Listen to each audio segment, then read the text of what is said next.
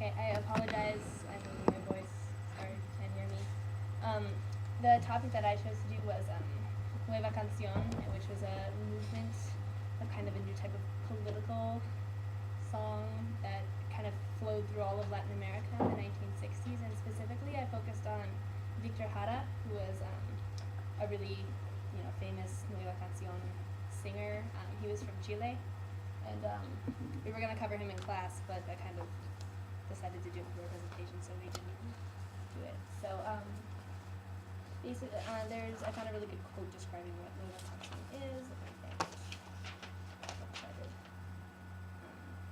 I found this article, and I can't find a quote.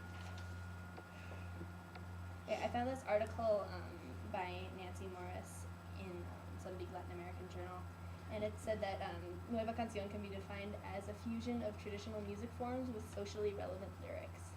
And that's about, I think it's, with that definition, it's pretty self-explanatory. A lot of Latin American people at that point in time, the 60s were kind of just a crazy time for everybody. We had Tropicalia in Brazil, we had, all the crazy stuff going on here with Vietnam, and then we had Woodstock towards the end of the 60s.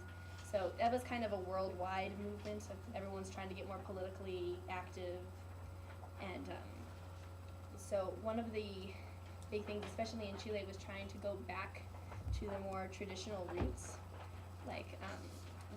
partially because there was so much American music flooding the radio waves, and everyone was starting to think of American culture as more of their culture. And then there was this woman named Violeta Parra, who was like, wait, what are we doing? So she was a big advocate for trying to get traditional Chilean music out in the open again. And then because of the social and political stuff that was going on all around the world at the time, it got put to some very socially relevant and political lyrics. So I'm going to play part of this. There's lyrics in Spanish on one side of the page, and on the other side there's a not so great English translation, but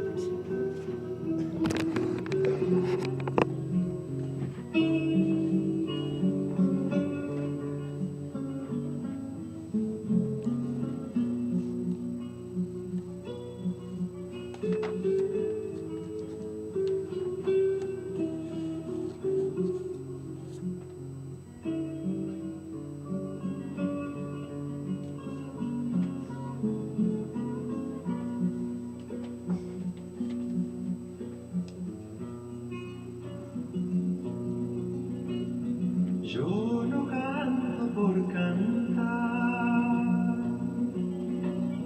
ni por tener buena voz. Canto porque la guitarra tiene sentido y razón.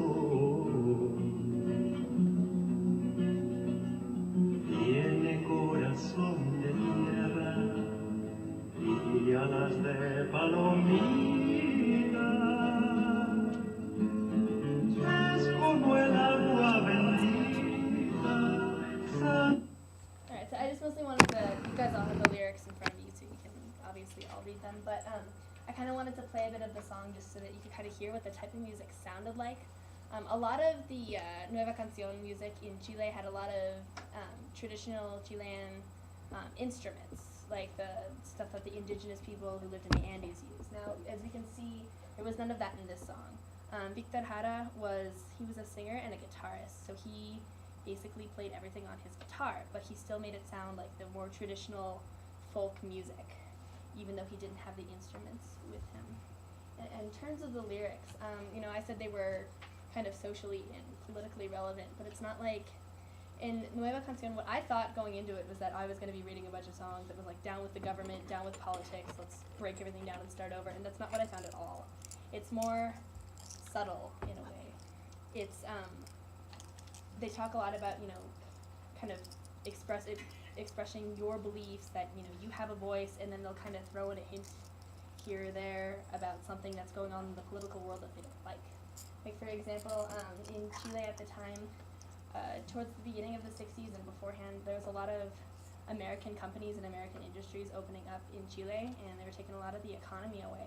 And then the president president who was elected at the time, Salvador Allende, he was part of the Socialist Party, and he nationalized all these industries, just basically booted the Americans out of there.